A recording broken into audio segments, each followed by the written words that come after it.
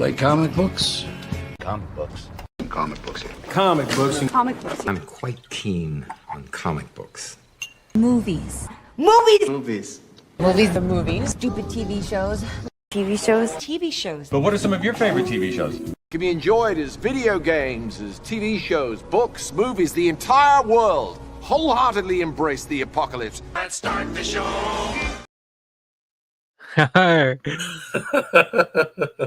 Wow. I wanted some like big grand let's start the show, and that was the grandest one I could find. So thanks to the Muppets. I love the Muppets, and I love that movie. The Muppet. That's the Muppets Take Manhattan, actually. Manhattan, right? Yeah. Welcome everybody to our Sunday edition. As you may have known, if you are not caught up with the channel, we didn't have a show yesterday because Jeff and I were at the fan festival where we got to shoot our in-person show. So that was really nice. You can check it out on the channel. It's live now. And I think we had a really nice conversation. We had a special guest, Spider-Man, stop by for a second. Hopped in. He circled in. Yeah. Swung so in. we gotta. If you're thinking about going to fan festival, and as soon as you can still make it with plenty of time right after the show, but you can go watch that video. It's pretty short, like 10 minutes or so, and you can really get a layout of everything that's going on. So, but today we got a lot to get over, a lot to talk about. So let's just get down to it. There's no big news. We were hoping all the big news are going to come out next week. I think I mentioned in the last show that this weekend was New York City Comic Con. I was incorrect. I don't know why I thought it was this weekend. Maybe because it just feels like it should have been this weekend. I feel like a lot of people were posting like, "Oh, getting ready for New York Comic Con." I was like, "Oh, okay. I guess it must be." Also, the lack of not lack of, but the comic show yesterday did not have as many of I guess people that are outside of the area as normal.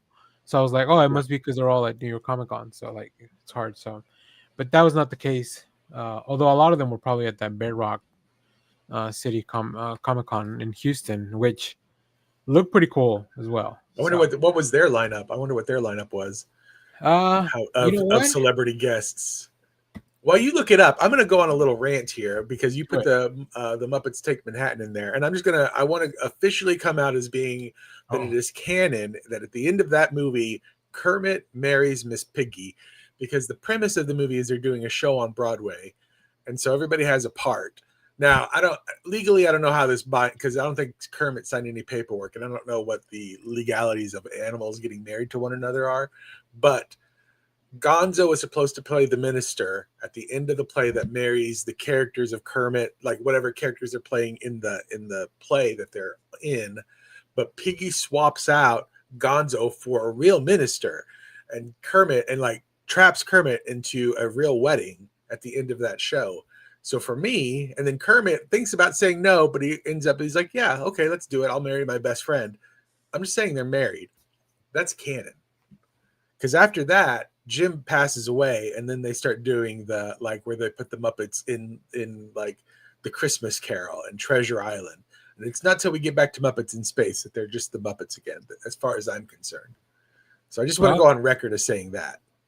All right, here at the Next Issue podcast, we believe that they've been married. I mean, I guess I don't know if they've been married ever since. The shocking truth behind the Muppets. There, right. AI, take that. Put that in your algorithm. All right, so let's see. I think let me use this one here. Whoop. Nope. Maybe this one. Yeah, there we go. I don't like. Oh, they've got They got a fancy website. Look at that. No, I'm trying to figure out the best layout. Maybe it'll just be the old simple one. Yeah, they got pretty. I mean, their lineup's pretty stacked. So this is, if you're in Houston and you're watching this somehow, head out to BedRock City Con. So Ariel Diaz is somebody who would normally do, I think, Ariel Diaz, show. local artist here. Chris Doré. I don't think I've heard of this artist. But we do have Dave Johnson, who's worked on a lot of really cool covers and a lot of really cool stuff. Pretty much everywhere, but a lot of DC stuff. Who is this? David Talaski. Also, I'm not very familiar with their work. Gabriel Piccolo. You probably know him best Uh-huh. from the young adult illustrations from the DC books. Gene Ha, that's His very name? cool. Gene Ha, let's see. Oh, Isaac Goodhart. He's also local to the Dallas area, but I know he travels a lot.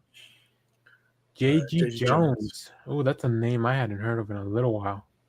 Yeah, I wonder what J.G. Jones has been up to. Yeah. John Timms. Kaylin Smith. Not familiar with her either, but I've heard of these books. I just haven't read them. Kevin Wada and Marguerite Sauvage. Oh, Marguerite Sauvage. Oh, great cover artist. Oh man, I would have blown some money on commissions at this one. I'll tell you that. Mike McCone, who he's not local to here, but he's here all the time too. I feel like he's usually here at the big shows. Nico Rodriguez, Nick Robles, Pablo Villalobos. Pablo, I think he's also in the area, not Dallas per se, but I think he's in the Texas area, which is a large area, I guess. I will admit. It's pretty big. Yeah. Rafa Sandoval, who's doing the Absolute Superman.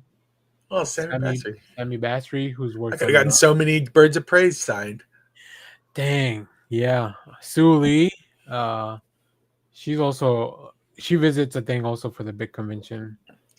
Sister Micah, I believe she's also local. And Scott Forbes, who is he the one that does? Oh no, I thought he was the one that did those covers that are just like. But these, so I looked at their website. I think these are all their guests. They're just comic book creators. There's no like TV people. Nothing. That sounds cool. Let's see. What does a ticket get you? Oh, it's pretty cool. 2-day pass for $35. That's a real Comic-Con. Sunday 1-day pass was $25. It's a pretty good deal. They don't even have like a VIP or anything like that. They're just like, come as you are. Very socialist. Who puts this on? Yeah, let me see. Who puts this on? About BedRock City Comic is the ultimate. Oh, so this is put on by a comic shop. Okay, that makes. I follow them on TikTok. Okay. And so like if I go I'm not a big traveler, but I do try to hit up comic shops when I'm like in a new town. Said the man that was in San Antonio 2 weeks ago. And I hit up the comic shops when I was there. Oh, yeah. and I'm going to Austin in a couple of weeks. So I'll be news flash to the producer. I'll be out in a couple of weeks. Oh, good to know.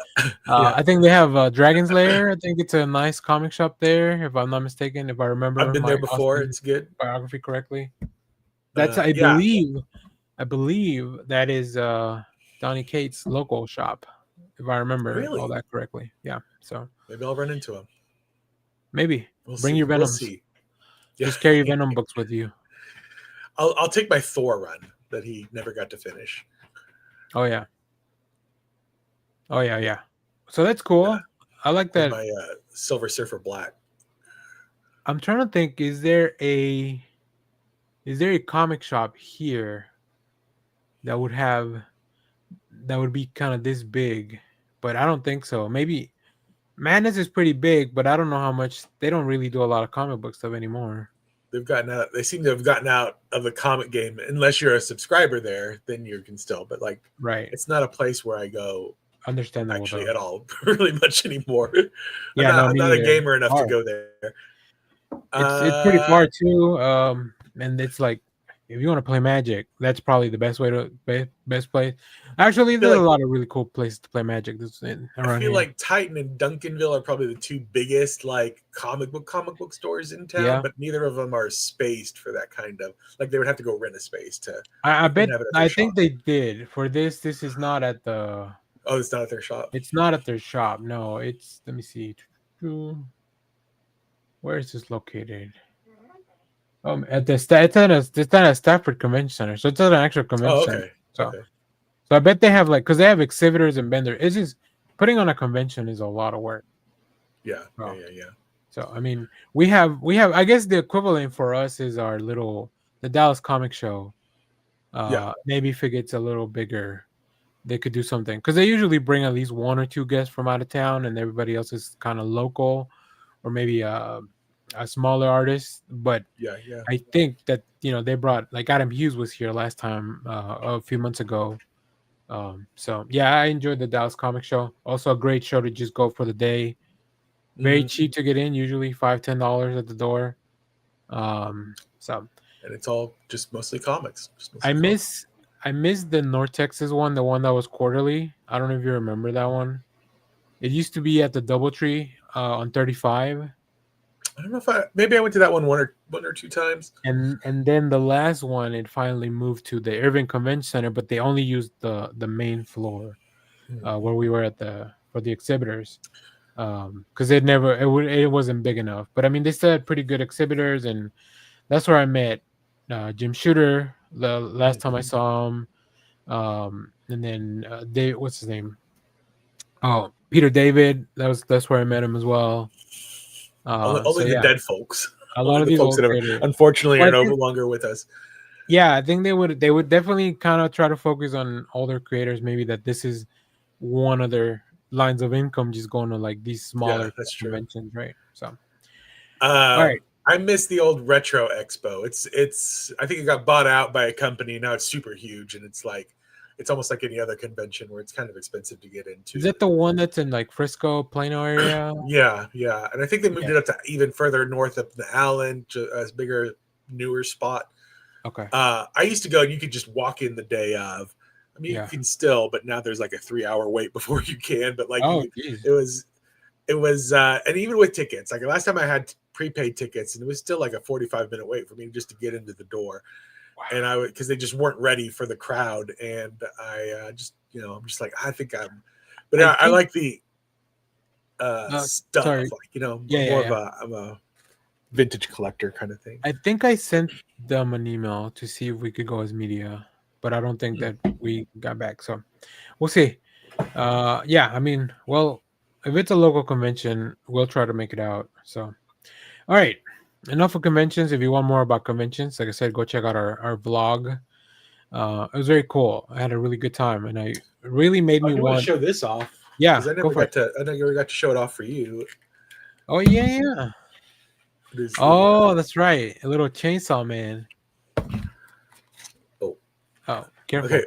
What I've learned is this thing is much harder to, like, the real chainsaw head man or whatever his name is. Yeah, must have a hell of a time in life, because you just saw how difficult. Like, if this were real, my headphones would be gone. Well, to give you an update, Chainsaw Man, his hands also turn into chainsaws at the same time. Oh no! Well, that would be terrible. So it's kind of like a Wolverine claw pop-up, but it's a chainsaw blade.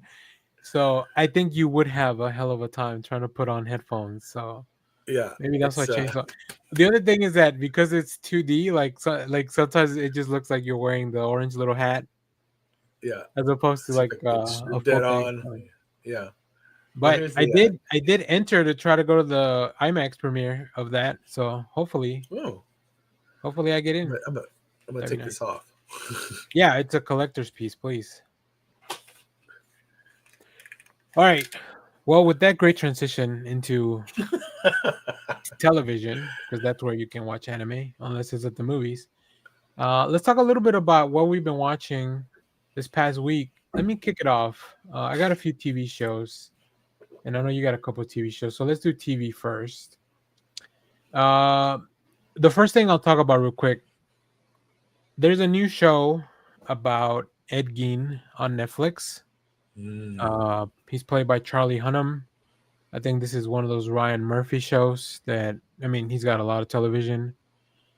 I started watching the first episode, and I don't even want to know I don't even know. I feel like most people should know who Ed Gein is. I mean, I know he's a serial killer. My roommates were watching this the other day when I came in from the convention. They just started watching it. Yeah. And I did not know. Like, I only know of him as serial killer Ed Gein because he's usually, like, whenever people are talking about famous serial killers, his name eventually comes up. But I don't know much about him other than now I'm learning that he inspired a ton of different of the horror genres, movies, movies from the horror genre. Yeah, but there is a comic book. Did you hear what Ed Gein done? Which I don't know if that inspired this show or it's just like, it's an Ed Gein thing, so whatever. But either way, all this to say, I got 30 minutes into the first episode and I was like, oh, this show's not for me. I love Charlie Hunnam. There's a really weird thing that they do, and like I said, I don't know much about that person, so I don't know how accurate or whatever this is. Which I don't even know if that's the sort of thing Ryan Murphy would care about, the accuracy of the thing. And I think this is just a Ryan Murphy. I don't think he's not directing or writing it. I think it's just his production company, because he's busy making that JFK Jr. thing right now. Oh boy. All right.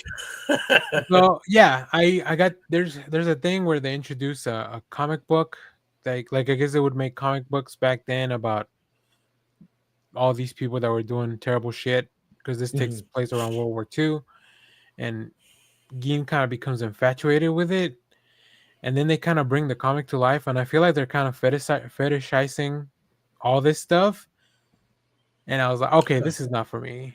So this is like his when they're talking about, like, Ed Gein used to read like EC Comics back in the day, like all those like crime things, the crime stories that Frederick Wortham flipped out about. Yep.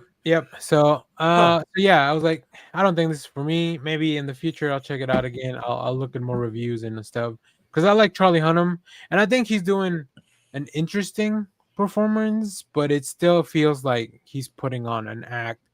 I don't know. It all feels too weird. I didn't even recognize him as I was passing through. Like I didn't sit down to watch the show, but I like watched a couple of scenes. Not even Charlie Hunnam from Pacific Rim. Charlie Hunnam? No, yeah, from Pacific Rim, Sons of Anarchy. Wow. The great film about King Arthur by Guy Ritchie. I think of him as he was a character in Undeclared, the Judd Apatow sitcom about going to college. Oh, is he in that? Yeah. Oh, and he's like a tiny little skinny Charlie Hunnam. This is before he started working out and stuff. He's just like a tiny little blonde Australian surfer guy.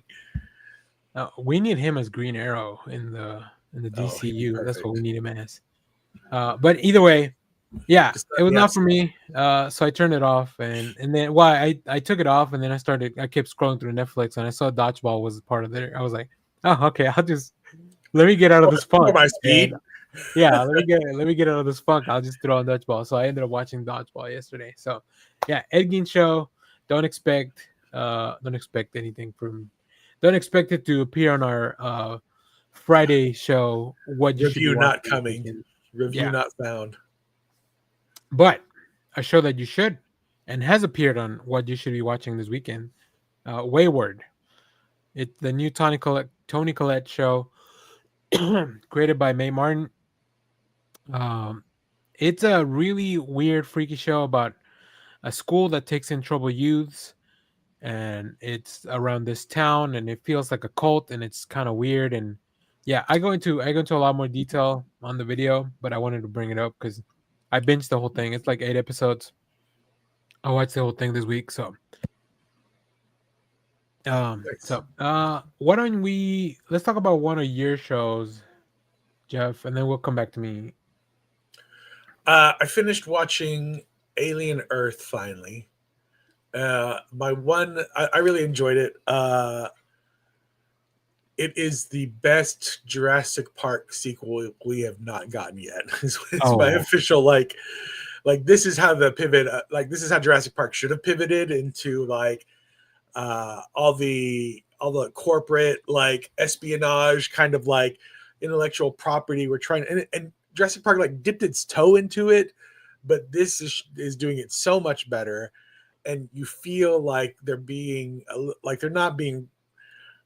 I feel like the one corporate they could have, they're being a little reckless with the aliens because they're trying to get all the intellectual property as much as they can before they have to give these creatures back, and then everything goes haywire.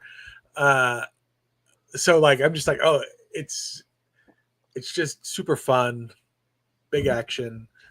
I don't, and it did the thing that I wanted Jurassic Park to do. So they cloned the Jurassic, like the one girl from Jurassic Park, and then she had kind of this, not even a relationship with the dinosaurs, but an understanding because the dinosaurs were cloned. And I wanted them to be like, I want her to have like a weird telepathic connection with the dinosaurs because they're both clones. Then Jurassic Park never went that way. But this, like the one girl who's Kyler Chandler's daughter, Wendy character, she like has this connection with one of the creatures. And I was just like, this is what I want. This is what I want. I want them to become the new Voltron team.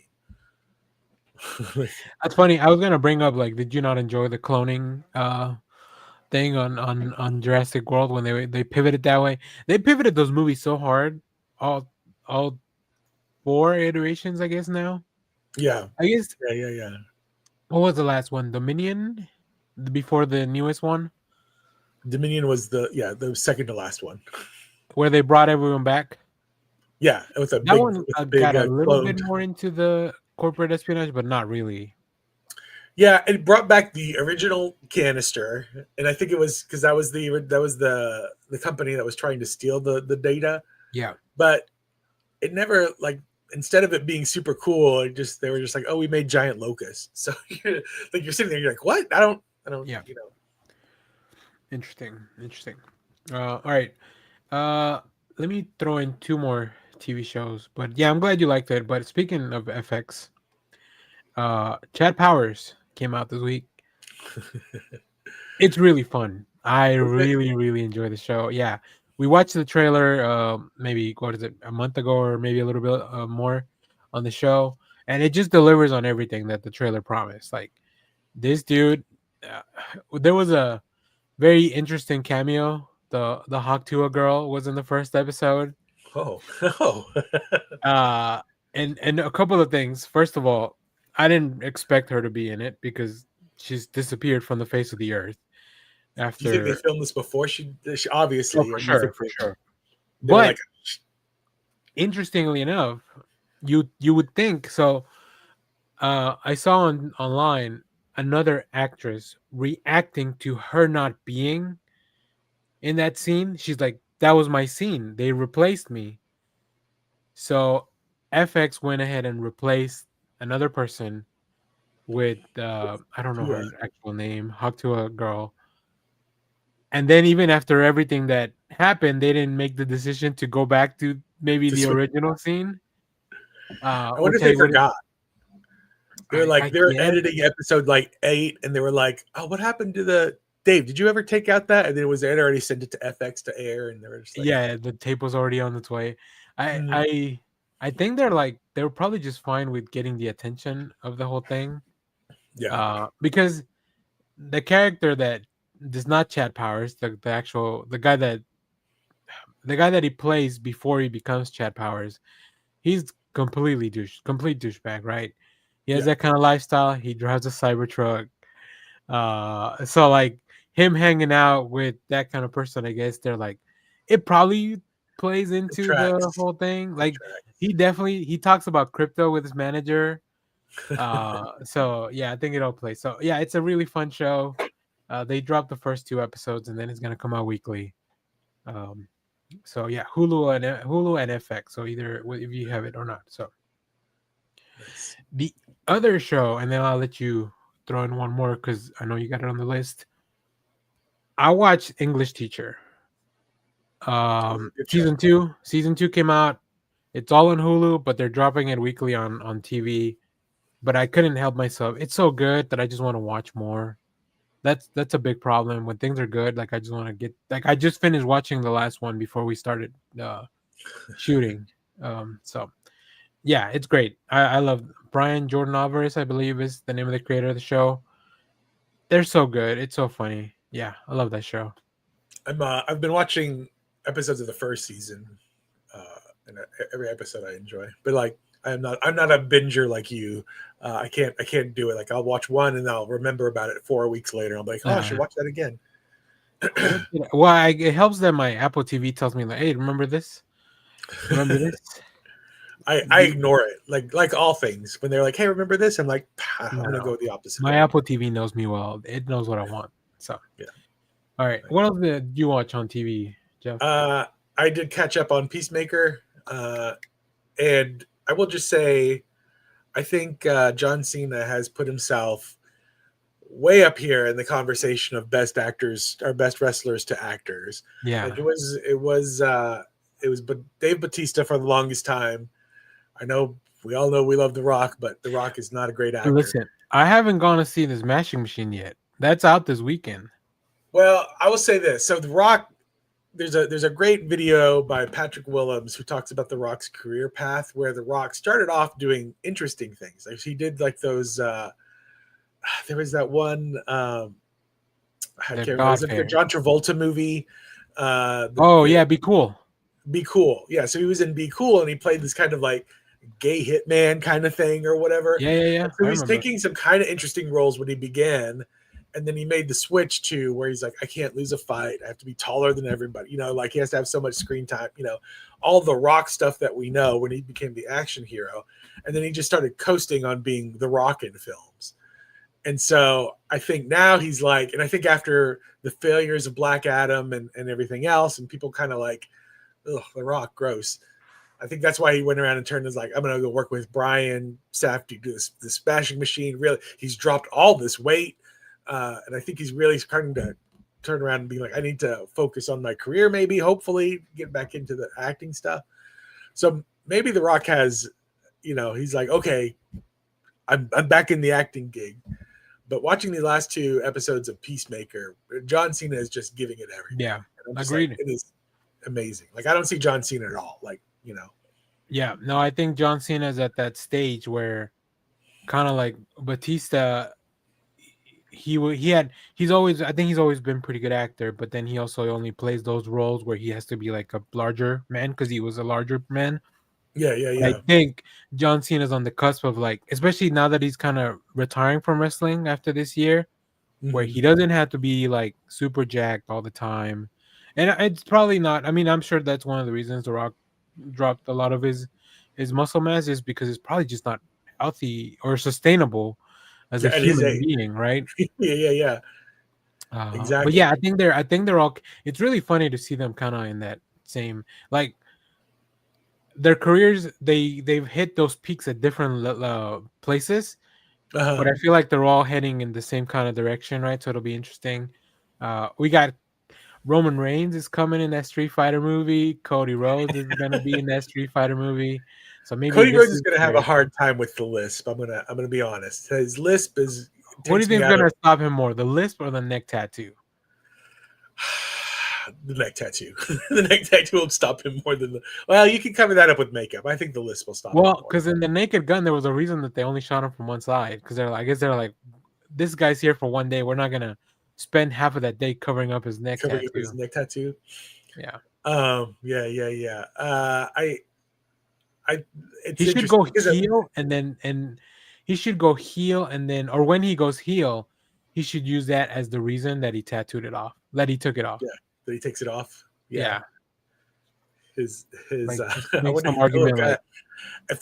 bet that's a painful tattoo to get. It's been an even more painful tattoo to get rid of. Yeah.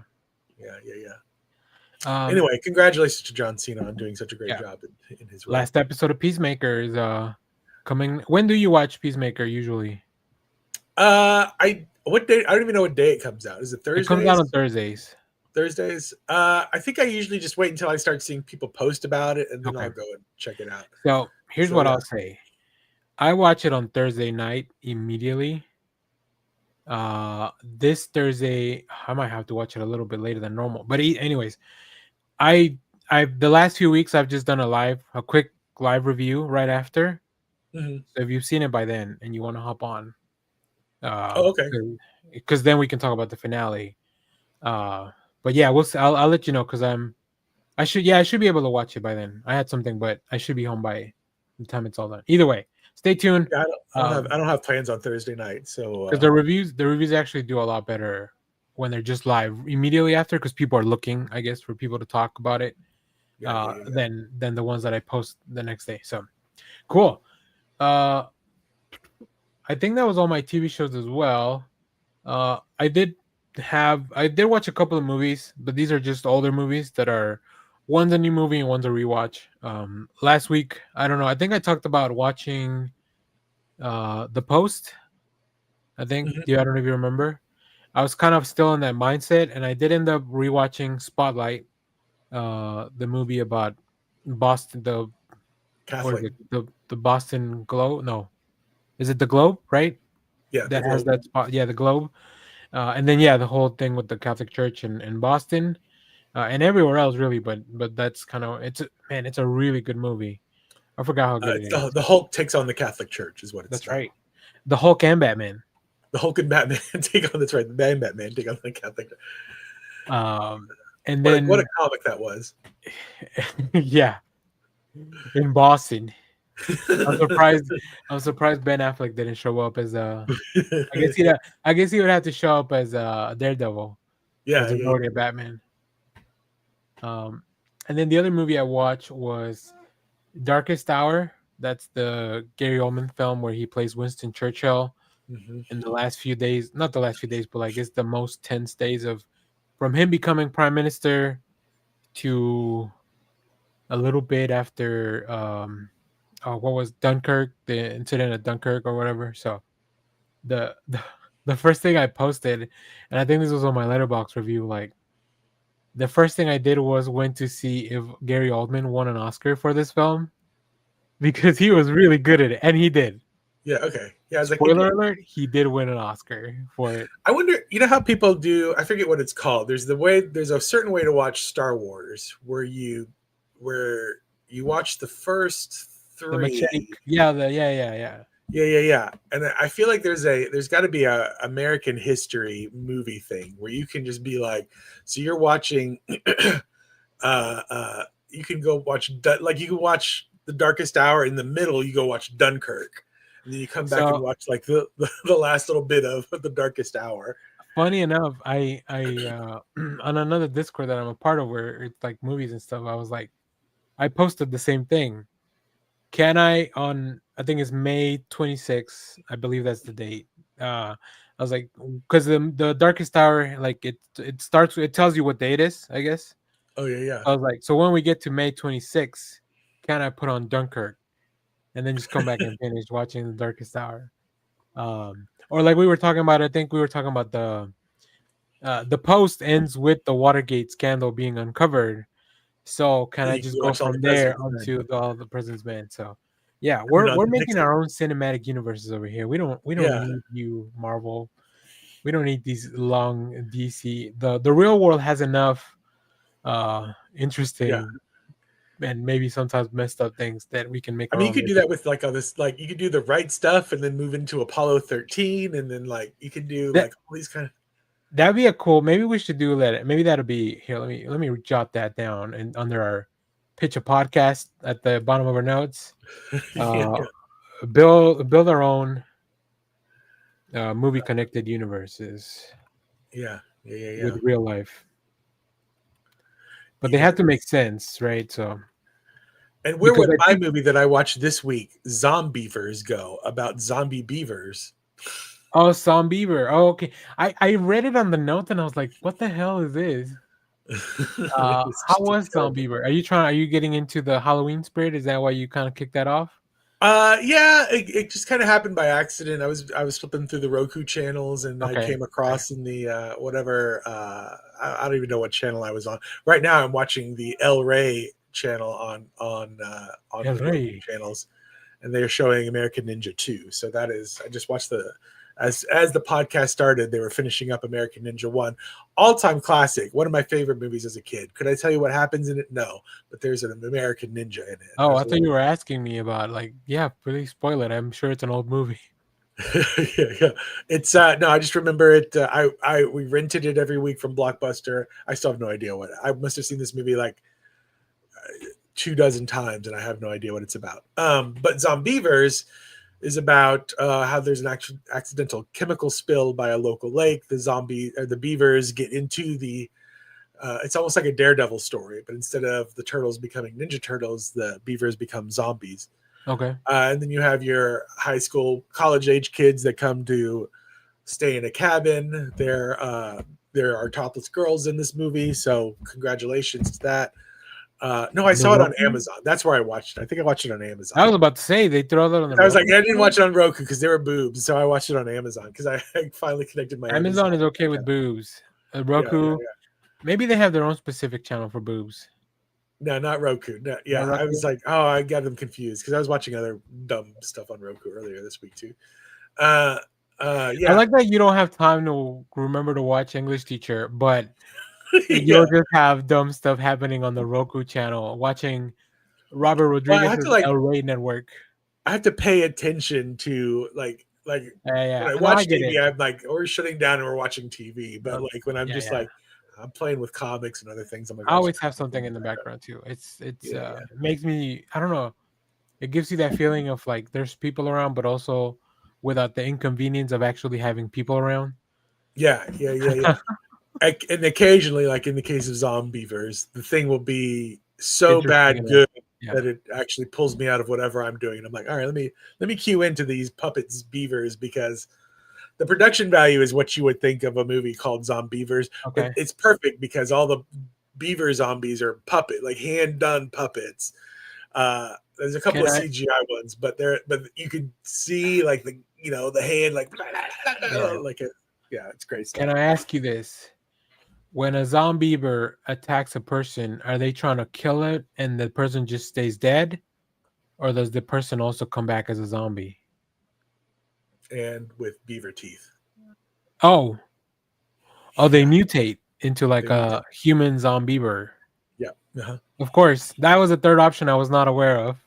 Well, yeah, I mean, they were creative in this movie. They were very, very creative. Yeah. I thought I was creative over here pitching my own Superman Man of Steel or Man of Tomorrow. But I never would have came up with Zombieber hybrid. Yep. It's pretty good stuff. Pretty good stuff. That's pretty dope. Nice. So yeah, and you say that that's on Prime. Is it like on their freebie or whatever? Yeah, it was I don't Video? I think maybe it just kind of came Video? up in the just Prime Video. So you have to put up with a few ads. Just a couple of ads and then I forget. Sometimes I watch Gen V and there's no ads, and sometimes I watch Gen V and there's a couple of ads, and I'm like, what the fuck is happening? Make up your mind. Like, if you're gonna give me an ad, Gen V is also really good. I don't know if you watch The Boys.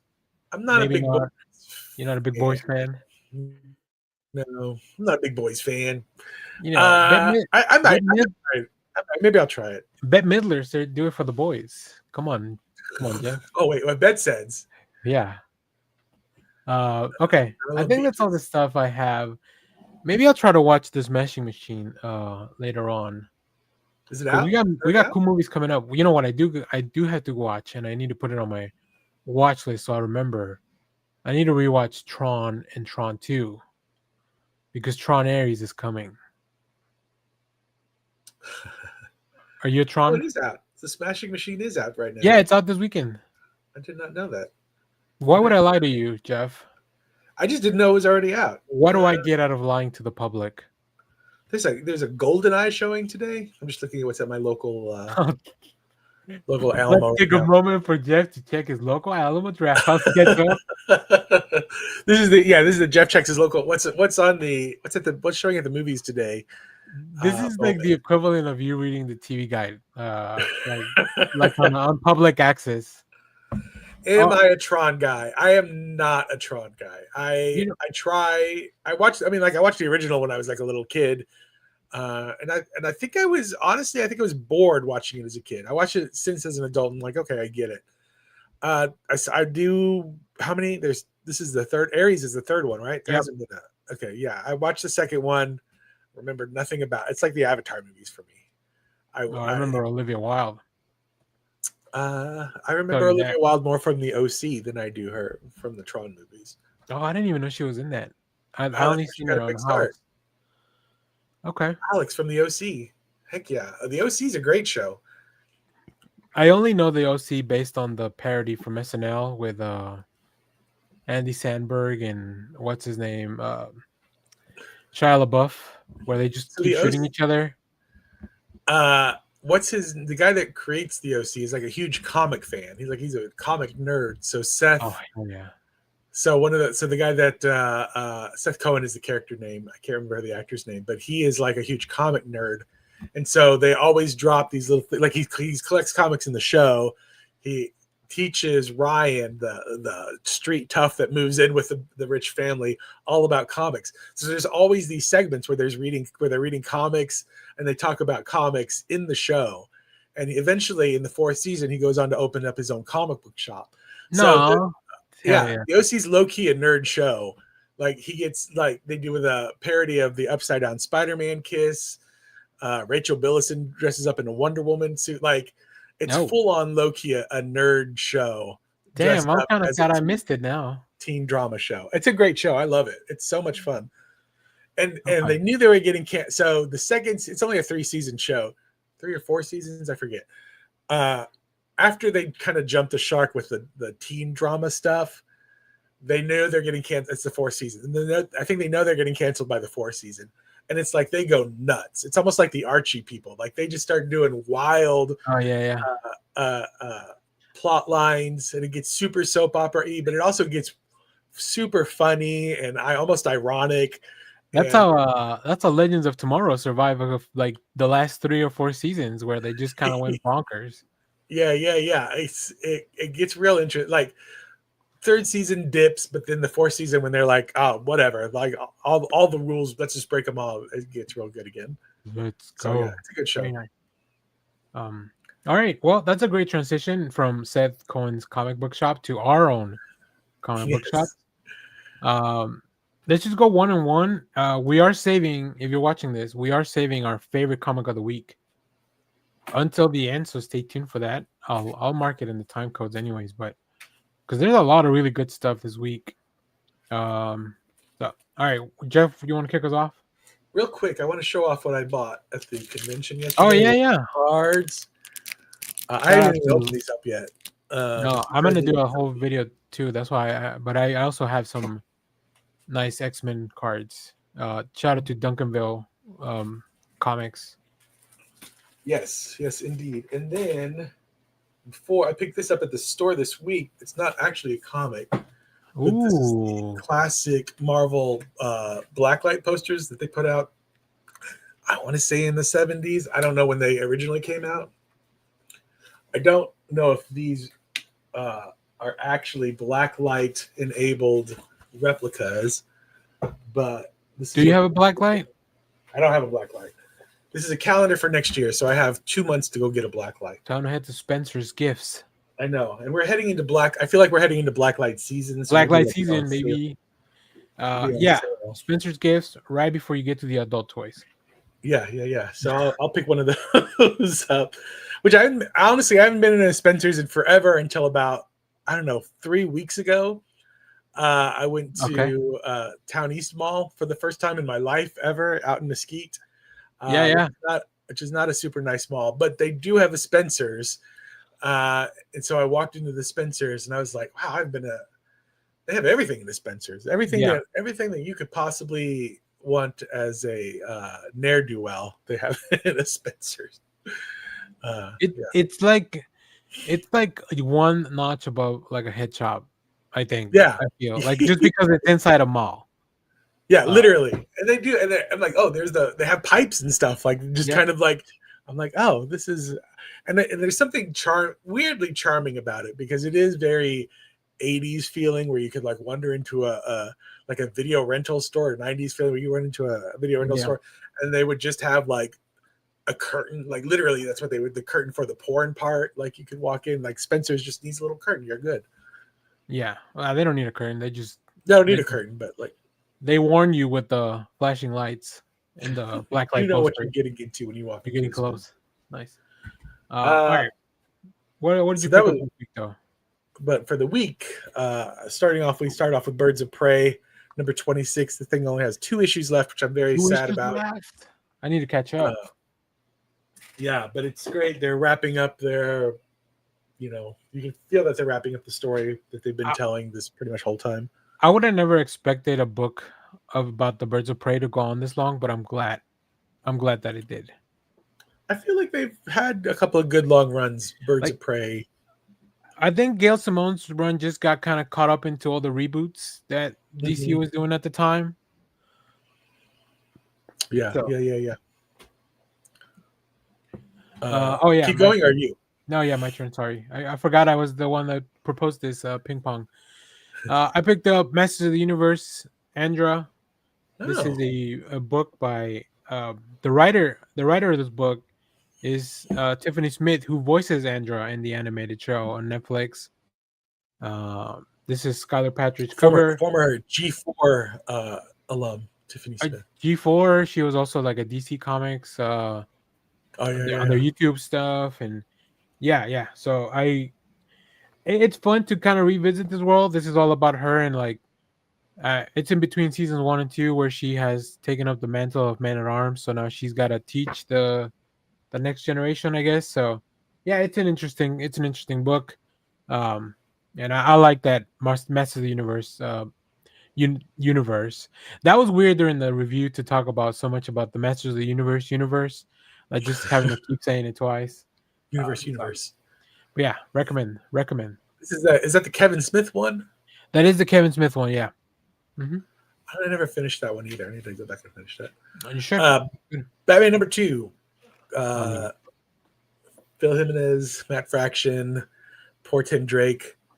I got this nice little Bad Gadgets variant that Jorge Jimenez put out. I love a good bad gadget. Everything, all the gadgets. I talked about that when I was talking about the book, but all the gadgets, like Jorge Jimenez has really kind of try to redesign them in a way that they feel like he pulls out some road strips that are like bad. Yeah. I like the road strip thing, the bat road strips. Yeah. I hope whenever we get to the James Gunn Batman, whatever that Batman version is going to be, I hope we see the return of the utility belt being. I hope so, because that would be a good way to differentiate it from the Robert Pattinson, Matt Reeves stuff. I think that lean into some of the heavier tropes of like, he would go around making everything like a bat shaped thing. Yeah. All right. I'm gonna talk about, and I don't have a lot of books that I actually read this week, but Justice League, the Omega Act Special #1, which I almost spoiled last week because I had already read it and I got it confused with the Justice League 11. But this is the one where Timekeeper, not Time. No, wait, is it Timekeeper? Time Trapper. Time Trapper. I keep saying Timekeeper. Time Trapper drags Booster Gold and and Flash throughout the timelines to tell them like things are getting really messed up. We really you need to help me convince Superman that I don't mean harm, and we need to get this, whatever they call it, the quantum quorum. Like we need to start doing something. So I'm really excited about what they're doing over it. That's that DC Comics, including this Absolute Superman number. What is this? 12. 12. Is this the end of the arc? I need to catch up, but I do have it. Yeah, it's I would call it a denouement to the previous. This is a new. Okay, so this is actually a new arc because it tells you. Yeah, Battle of Kansas. I think the last one was like something Krypton or something. Last Days of Krypton, I believe it was. So okay, I need to catch up. I feel like it's a good breather comic where we kind of reset everybody. Not reset necessarily, but just kind of shake up the dice, the players, reset the board, as it were. I really like this version of Ra's al Ghul. I do too. Which you can see on the Absolute Evil #1 one shot. A lot happened. Oh, that's man. I struggled as to which cover I wanted to pick up, but that one's a really good one too. Yeah. There's something about like I like the main cover too, like just the idea that the Justice League in this absolute universe is actually just all the evil people actually having to come together. And of course we get to see Ollie. We get to see probably the coolest version of Hawkman I've ever seen. I think we were talking about that yesterday. This Despicable Man that has a lot of parallels to the real world that causing headlines. It's insane stuff. But yeah, I really liked it. It's a really, really fun comic. And then it leaves you with maybe it's like the coolest reveal, but it's also like the most low-key, low effort reveal of like, because they try to feel like, oh, we have somebody to deal with everyone except for this one. Don't worry, I know a guy. And this is the big spoiler, so we get to see absolute Lex Luthor, and he just seems like the most unassuming random dude in the absolute universe. And I can already tell he's gonna be a menace. Yeah. What I enjoy is they set up all the main bad guys as like business people. Yes. All like when you think of like our normal, Legion of Doom or whatever, it's like a psychic gorilla, the guy that wears the scarecrow. Like they're not like they're villains, but if in the real world they're not scary people. Yeah, only Lex has his own corporation, right? Like in the Legion of Doom. But these are all vicious, like business people who are like, no, we'll murder you. We've murdered people. We do not care. Like they're all like actual real life villain kind of people. And it's pretty entertaining. What else? I picked up the Adventures of Superman, Book of L #2. Nice. Philip Kennedy Johnson continuing his. Not really even continuing, I guess. It's just a bit of a sequel to his the World stuff, but Warworld. But it's not. It really doesn't have like only the one character is really kind of carried over, and it's just more of a Superman gets flung into the future adventure. But it's still pretty good stuff. I like it. I'm not reading this month to month, but I heard there was something pretty big here, so I bought Venom 250. It's cool because I get this cover, and then Marvel doesn't always give you the other cover as well, but they did here, so we get Ryan Stegman.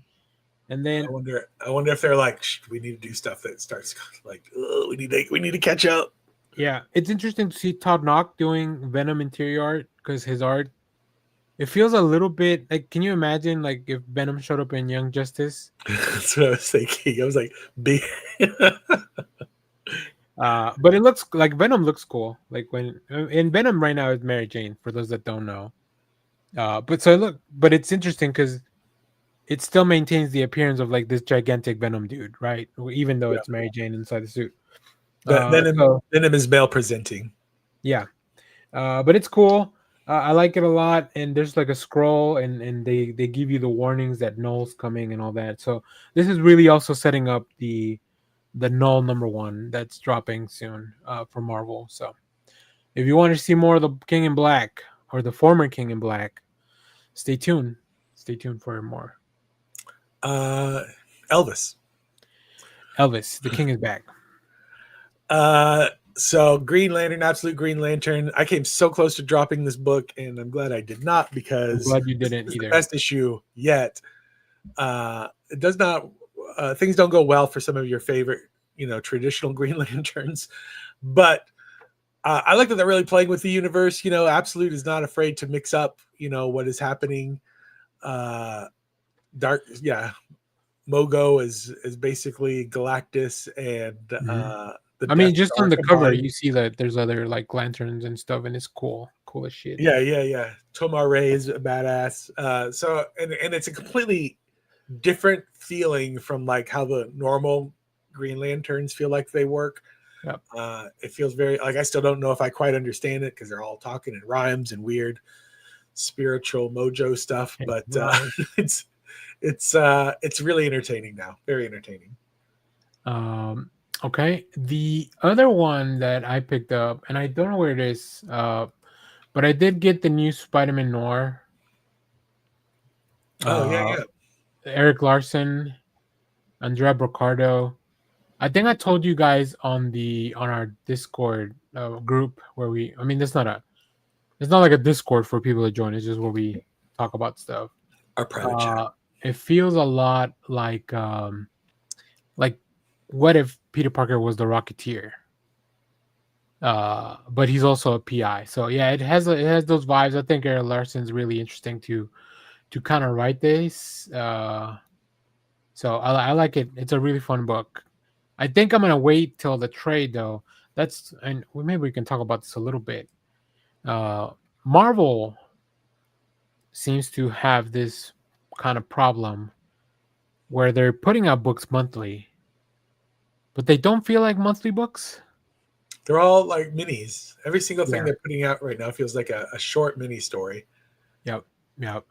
And I'm actually I'm not working on anything. I'm gonna do probably like a little live stream or a video where I just kind of redo my pull list, because I need to hit the reset button with this whole bailing on the X-Men. I also went to my shop and I asked them, because I've gone to Titan a couple times and they're like, "Oh, we don't have anything for you this week." And I was like, "Oh, okay." Like, but I know I have a pull list with them, so I think I just need to, maybe some of the series that I was pulling have ended and stuff like that. So I need to reevaluate what was on there. So I've asked them, like, give me a week or two and I'll send you new list. Let's update this thing. Yeah. I would love to do a talk about Marvel, because I feel, my opinion is Marvel has dipped back their toes into and I think I've said this on the show before, what they were doing in the 70s and 80s, which is like, it feels like a lot of licensing. It feels like they're trying a lot of stuff, which is interesting. Like you're seeing, Dazzler comics and Jean Grey comics and Storm comics, people that don't traditionally get their own comics, right? Marvel, which is great. I think it's fantastic. But it's the flip side of that coin is you're not seeing Iron Man comics. There hasn't been a Doctor Strange. I don't know if there's not a Doctor Strange. Because there was a mini. The problem is that it was a miniseries that was tied to the Under Doom event, because Doctor Strange of Asgard, it was called. Oh, yeah, that's right. Because he's not the Sorcerer Supreme. Had been writing it, and it ended when Doctor Doom became Sorcerer Supreme. But now he's the Sorcerer Supreme of Asgard. So yeah. Because that's how that works. It just feels everything feels very disconnected in its own little world right now. Yeah. Captain America did not have a comic. He just started one with Chip Zdarsky, but it's a period piece, so we're not even getting current day Cap. And so it's really interesting time for Marvel, and I don't have any Marvel books this week. So that was interesting when you told me that. I was like, what the? Yeah. So here, let's do this. Let me see. I have my favorite book left to show you. Yeah, me too. That's why I stopped, because I saw you only had one on your list, and I was like, but I want to do a quick little thing. I thought we had a better layout for this. What's going on here? I don't like this one as much. Hold on. I can fix this. I can fix this. Your head's the same size. There we go. All right, that looks a little better. Okay, so this is League of Comic Geeks, where we look at our stuff. I just want to see title numbers for a lot of these. So let me go back a couple weeks, because these are all new number one. So that's not big help.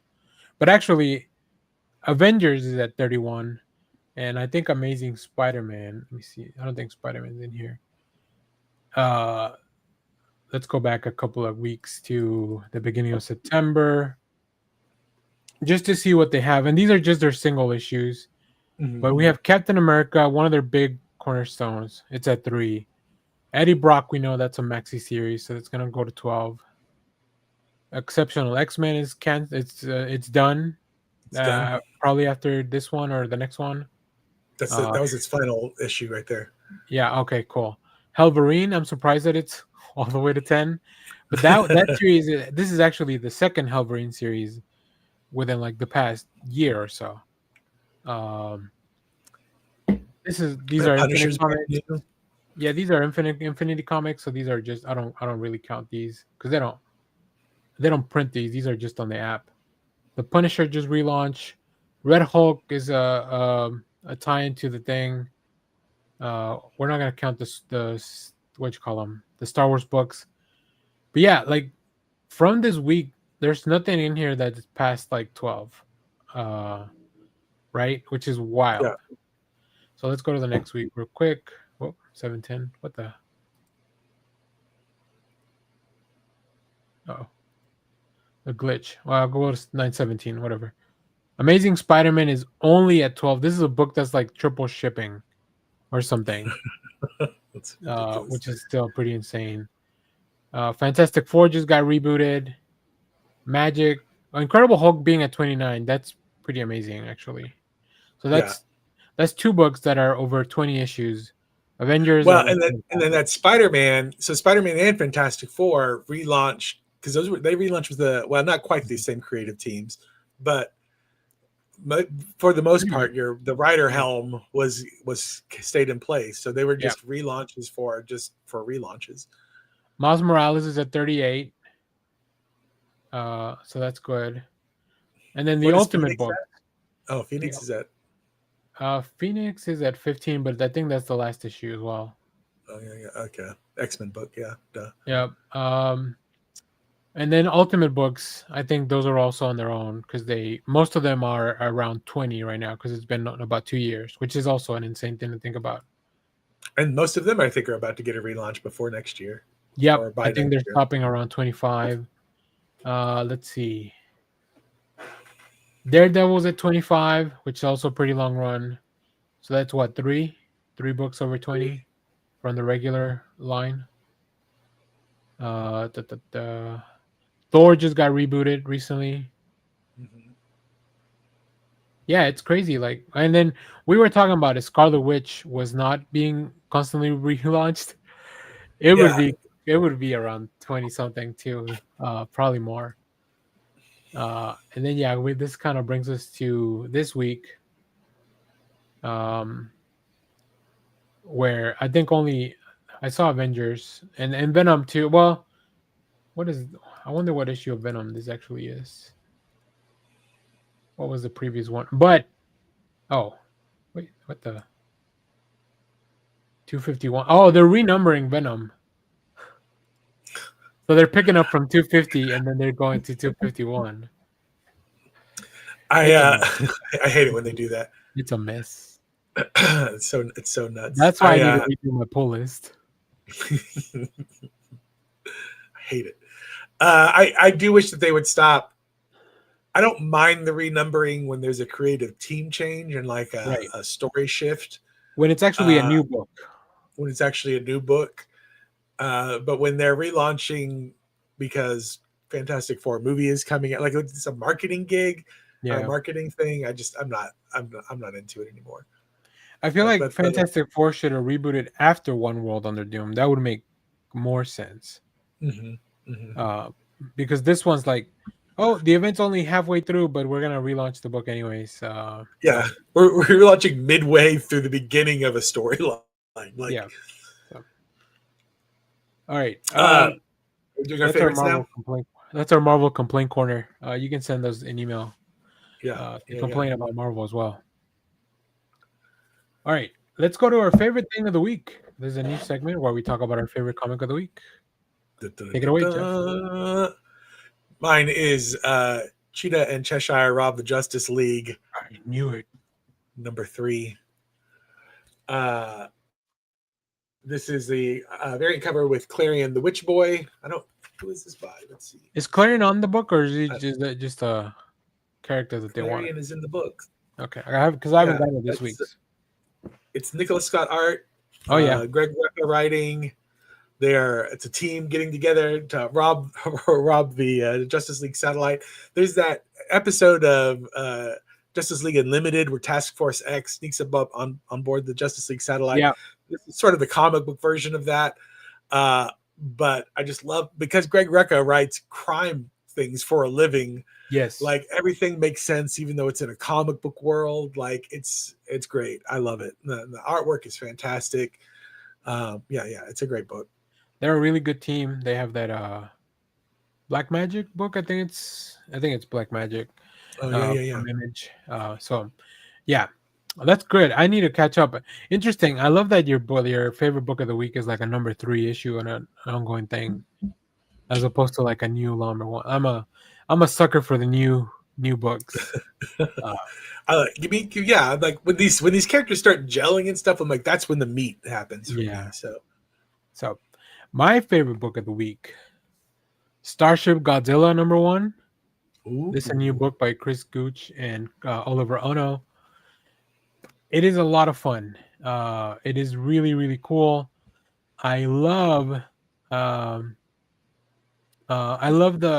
fact that we are in space and that we are like in a whole new thing. Like there's like a whole universe of kaiju things happening in space, and I think that's really fun.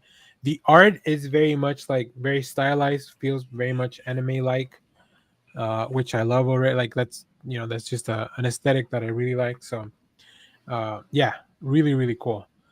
It does seem like a natural pivot. I'm not as ensconced in Godzilla lore as somebody like Kyle is, but for all the times a space alien comes down in those Toho movies and controls Godzilla or brings King Ghidorah down from space, obviously there's a lot happening in space, so it makes sense to set something in space, Yeah. Hold on. We have a comment, and I don't know exactly what this means. I think this is when we're talking about the pull list. Maybe could you disable the subs or better able? I'm not sure what that's about, but if you want to let us know in the chat or in the comments, well, maybe we can look at it. So, but yeah, that's my favorite comic book. It's really cool, really fun, and I just really like what they're doing with Godzilla over at AEW. Like that's a big thing. I've always been pretty fond of Godzilla. Oh, the automatic subs. I don't know how to do that. So yeah, sorry about that. Okay. All right. Is there anything else, Jeff? Anything you're looking forward to next week? I know we were kind of looking at that before. There's all kinds of DCKO starts next week. Oh, yeah. We get to see if our Supergirl pick is correct. By the I will tell you this. I've read it, and DC pulled a fast one on us. Oh, really fun. Really fun. How long is DCKO supposed to last? I think it's like 5 or 6. Yeah, they don't 5 or 6. They don't go too long on things. But since you brought up DCKO, let me show you one other cool thing that I'll probably do on a quick live somewhere. So let me share my screen again, because that's definitely something I'm also looking forward to seeing how people respond to it. But if you go on League of Comic Geeks, they're doing an absolute October community event. So they do community events where you kind of have to you can meet different reading goals. And like Pizza Hut. It's kind of like a scavenger hunt, I guess, with your books. Oh, I guess yeah, we can do that. But you can also fill in your own bracket, like kind of like what we did. I think DC has the same thing over on their website where you can fill do they? an actual bracket that they're on their website too. But on top of that, they're gonna have AMAs with different creators from DC all through October, which you can just leave questions on a specific page, and I'll drop this link on the description of the video after we're done. The other thing, and let me make this a little. Whoop, not this one. This one. There's challenges.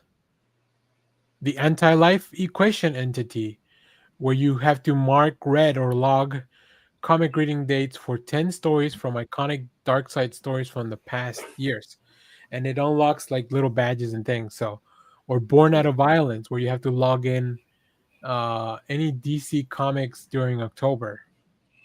So yeah, these are really cool. Out of Two Worlds, Raised in Hell. So they have them for all the absolute characters. There's a King Omega thing. Sorry, real quick. You can't hear it, but there's a dog barking that I need to check on real quick. Oh, go for it. Yeah. While Jeff gets back, I'll kind of keep going through all these badges here. So we have Of Two Worlds, where you log your comic reading dates for 3 Absolute Universe stories and 3 Earth Zero stories in October. So pretty much you got to read 6 comics. I guess these tell you, it tells you how many. So you can collect all these badges. Let's see. Raised in Hell, log your comic reading dates for 16 stories from DC creators Scott Snyder, Joshua Williamson, Kelly Thompson, Jeff Lemire, Al Ewing, Mark Waid, or Nick Dragotta. So these are all people that are working on Absolute titles, and then Mark Waid just working on Absolute DC stuff. And then Omega Alpha Hall, share 2 halls, create 2 community posts, including a photo of DC Comics you picked up from your LCS on the community feed using both hall and hashtag DC, which is also very cool. Contestants assembled. Complete your selection for the DC KO community bracket challenge by October 8th. So that's coming up. Jeff's back. I'm back. Here I am. I wasn't sure if I would kick you off if I added myself to the stage. No, you're good. And then the King Omega earned 30 points in the DC KO community bracket challenge. So this one, you can't even see what it is. So you can fill out the bracket, and that gives you 1 badge. But then if you have enough points by calling the right thing. And then the last one, Heart of Apocalypse, complete 6 objectives from the ones I just read. So this is kind of cool. So you can ask the question here. So like for DC, for the Joshua Williamson AMA, you can click, and there's already, and people have already started. Oh, I guess he's already started doing answers. Huh. I will Let's ask him what his continue favorite breakfast is. Yeah, so he'll continue to answer questions. So yeah, head over to, I guess that was October 2nd, and we missed it. Cool. Yeah, I mean, it's always fun to have another place online where you can kind of do fun stuff like that. And I like the idea of a scavenger hunt with comics online, kind of like these little challenges. So, all right. Super fun. Very cool. So upcoming stuff before we get out of here. Jeff already talked about it a little bit on our vlog video from yesterday from Fan Festival. But you want to tell the kids again what we're doing next week, Jeff? Yeah, we're making a Mark Waid shelf. Our one of our fan favorite authors is Mark Waid, and I found an old interview with him where he talks about how he didn't believe that comic shops have a Mark Waid shelf, and Danny and I decided, well, let's build him one. If we were to open up a comic shop, what would our favorite Mark Waid? He's a very prolific author. He's written all kinds of stuff. What would if we were to put together a list of our top Mark Waid books, what would they be? So that's what we're going to discuss. And there's a lot to choose from. There's a whole bunch to choose from. Mm-hmm. I've already started sifting through, and I was just like, his Wikipedia page is insane. So yeah, and that's the thing, right? I'm gonna try to limit it to maybe like 16 books or so, so like kind of looks like an actual shelf. And then it's 4 of us, so like, you know, that means we're kind of limited if everybody shows up. So we'll see. It'll depend on how many people we have on the show that day. Okay. And also, New York Comic Con is happening next week, so we'll talk about that. One last thing I forgot, because we got distracted with this whole DC stuff. Did you have any comics that you bought that you haven't read this week that you want to show off? As far as new comics, I've read all those. You got through everything? Interesting. Yeah. The only things I have not read are what I picked up, like things that I've picked up from like the con yesterday, just like one-offs. And you can probably follow Jeff on TikTok. Well, I mean, you can. That's not a probably. You can follow Jeff on TikTok and on Instagram, and you can check out where you post your hauls and your videos and stuff. Sometimes I'm like, what's Jeff doing over there? That's not this channel. I do have a few things that I did buy that I haven't gotten to. So let me just go through those real quick, and then we'll get out of here.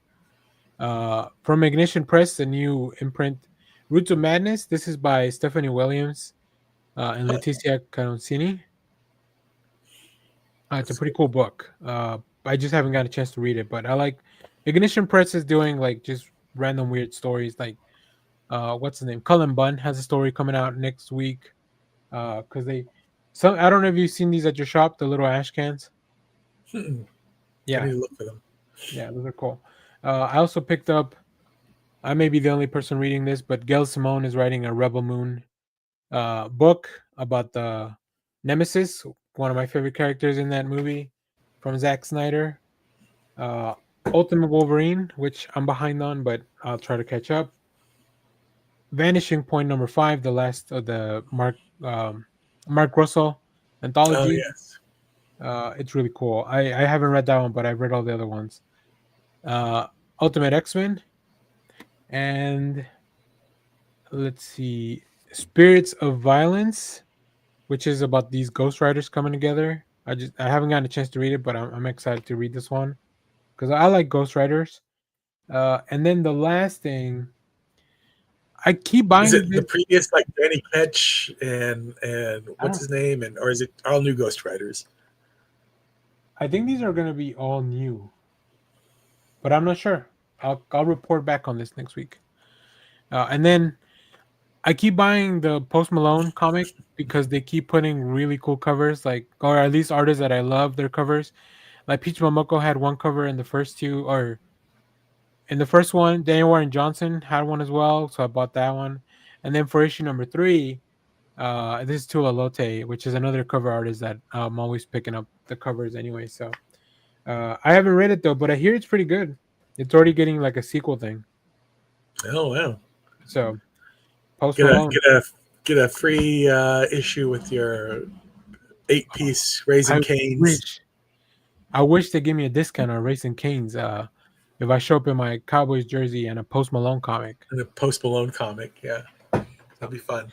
All right. Well, that's going to do it for us. Thanks, everybody that watched live. Thank you, everybody that's watching this later on. Once again, go check out our video for the Dallas Fan Festival. That was a lot of fun to shoot. I love doing this show, but like doing a show in person, just it hits different, as the kids say.